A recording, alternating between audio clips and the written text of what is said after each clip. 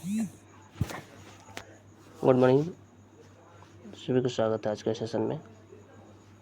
और आज के सेशन में हम जो पढ़ने वाले हैं वो बिल्कुल जो हम लोग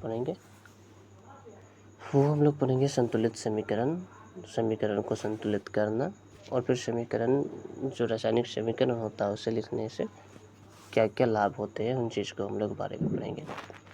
तो सबसे पहले जो पढ़ेंगे वो हम लोग क्या पढ़ेंगे, संतुलित समीकरण यानी अनबैलेंस्ड।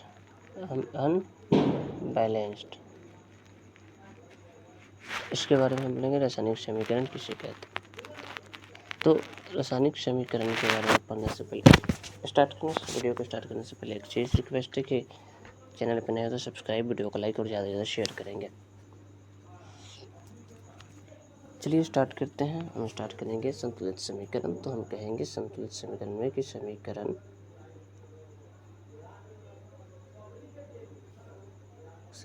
के दोनों तरफ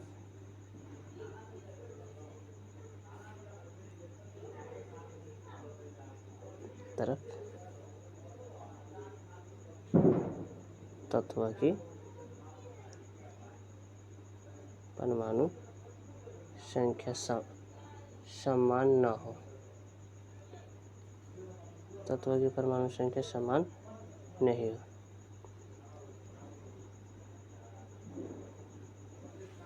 क्या होगा, समीकरण के दोनों तरफ जो तत्व है उनकी परमाणु संख्या क्या हो, समान नहीं हो। उसे हम लोग क्या कहेंगे, संतुलित असंतुलित समीकरण। जैसे हम इसको अगर हम ये करके देखिए, जैसे अब हम इसको असंतुलित समीकरण को हम देखेंगे। जैसे एग्जाम्पल के लिए उदाहरण के लिए हम देखेंगे। उदाहरण के लिए अगर इसको हम देखें थोड़ी पहले, चलिए उदाहरण के लिए हम इसको देख रहे हैं तो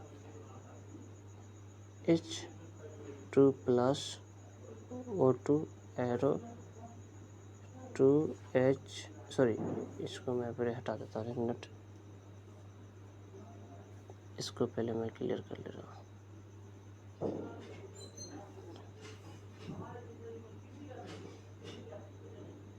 चलिए जो एग्जाम्पल, अगर हम एग्जाम्पल दें और एग्जाम्पल से हम देखें तो एग्जाम्पल हो जाएगा H2 प्लस O2 एरो करेंगे तो H2O।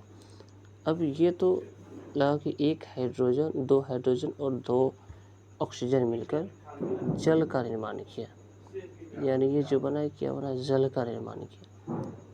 लेकिन अब इसको अगर हम संतुलित देखेंगे कि अभिकारक और प्रतिफल, यानी जो अभिक्रिया में भाग लेने वाले तत्व और प्रतिफल यानी जो नए पदार्थ का निर्माण हो रहे हैं, उनके परमाणु संख्या में वो समान है या नहीं है, इस चीज़ को देखेंगे। तो हम अगर संतुलित में देखें तो H दो गो, O दो गो, हाइड्रोजन भी दो गो, ऑक्सीजन भी दो गो। इधर अगर हम देखेंगे तो हाइड्रोजन दो गो और ऑक्सीजन वन, यानी एक। तो क्या हुआ, यहाँ पर जो दो ऑक्सीजन है यहाँ पर वन ऑक्सीजन है, तो वन ऑक्सीजन माइनस है उधर, यानी एक ऑक्सीजन उधर कम है।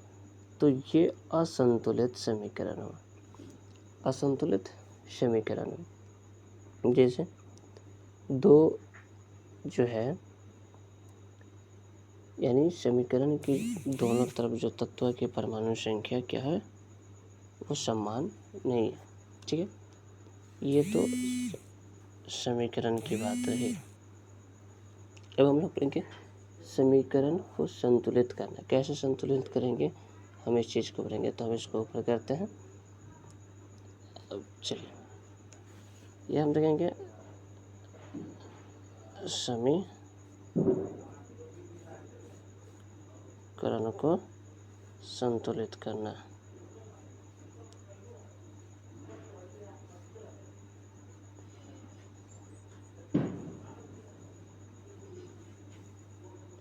समीकरण को संतुलित, इस टॉपिक को हम पढ़ेंगे।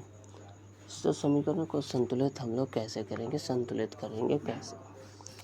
तो ये सिंपल सी जो है हम इसको किस तरह से करेंगे ताकि ये जो हो जाए वो सही हो।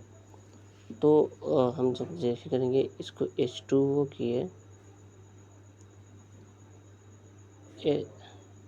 H+O2, एक minute, H2+O2 arrow 2H O कर दे तो ये हो जाएगा।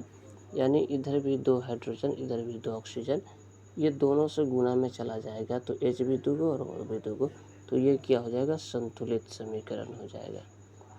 राइट, ये क्या हो जाएगा, संतुलित समीकरण हो जाएगा, संतुलित समीकरण हो जाएगा।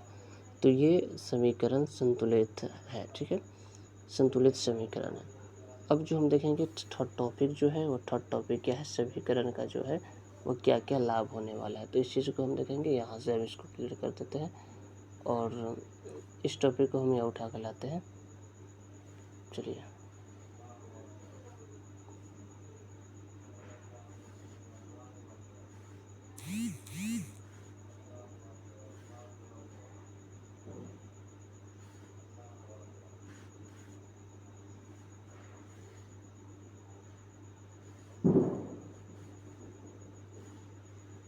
चलिए हम इसको देखते हैं। यहाँ देखेंगे संतुलित समीकरण के लाभ, समीकरण के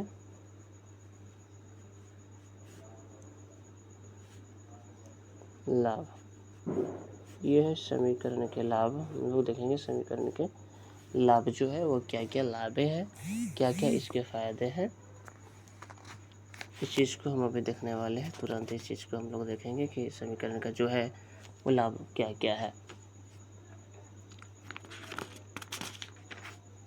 तो समीकरण का जो लाभ होता है, समीकरण का जो लाभ होता है, वो लाभ जो होता है, अगर एक तरह से हम समीकरण का लाभ देखें तो क्या है, सबसे पहले तो समय की बचत होता है, समय की बचत सबसे प्रथम जो होता है वो क्या होता है, समय की बचत होती है। अगर हम समीकरण को अगर हम लिख रहे हैं किसी चीज़ को, अगर हम जैसे ये कार्बन है, ठीक है, कार्बन को हम कार्बन ना लिखे सिर्फ अगर सी लिख रहे हैं तो सबसे पहले कि कार्बन लिखने में जो टाइम लगेगा उसे सी लिखने में उससे बहुत ही गुना कम समय लगेगा।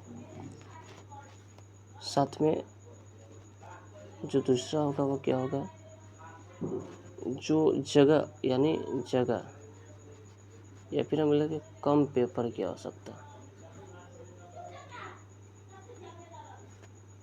कम पेपर की आवश्यकता, यानी कम पेपर की क्या हो जाएगा, आवश्यकता हो जाएगा। यानी पेपर क्या होगा, कम लगेंगे, जो होगा वो पेपर क्या होगा, थोड़ा कम लगेगा, ज़्यादा पेपर की आवश्यकता नहीं होगी। आइए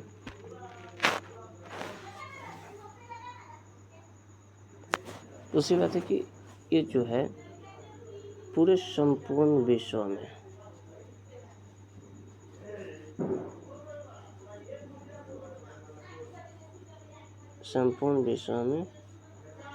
एक ही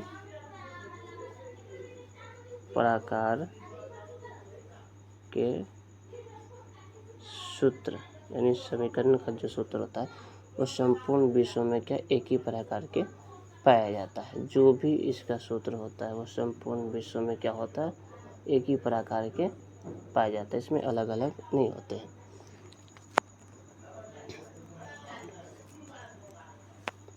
ठीक है, तो ये क्या रहा, समीकरण के लाभ रहे। समीकरण की सीमाएं क्या क्या है हमने ऑलरेडी बता चुके हैं। तो अगर हम इसको अगर एक पेज पे करना चाहें, सॉरी,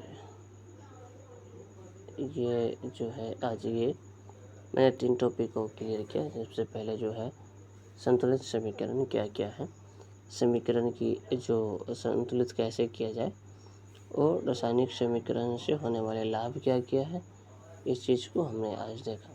ठीक है, इसके बाद जो भी कुछ है अगले वीडियो में इसको हम लोग पूरा करने की कोशिश करेंगे। ठीक है। इसको अगले वीडियो में कोशिश करेंगे कि उसको अभी हम लोग पूरा कर दें। ठीक, चलिए मिलते हैं फिर हम नेक्स्ट वीडियो के साथ, अगले वीडियो में। तब तक आप लोग स्वस्थ रहें, अच्छे से रहें, पढ़ाई करें, बढ़िया से मन लगा के पढ़ाई करें, ताकि आपके एग्ज़ाम को कोई दिक्कत ना हो सके और एग्ज़ाम में क्वेश्चन को आप आसानी से लिखें। ये मेरा जो है क्रैश कोर्स चल रहा है, अब इसको सब्सक्राइब कर जरूर करके रखें, अपने दोस्तों में शेयर करके रखें, ताकि वो इसकी लाभ उठा सके। और साथ ही 2027 वाले के लिए बहुत ही जल्दी मैं तो क्लास को स्टार्ट करने वाला हूँ। वहाँ पर ऑलरेडी हर क्लासेस होगी, हर एक क्लासेस की तैयारी कराई जाएगी, इसलिए भी इसको आप के सब्सक्राइब करके रखें। धन्यवाद, मिलते हैं फिर नेक्स्ट वीडियो के साथ।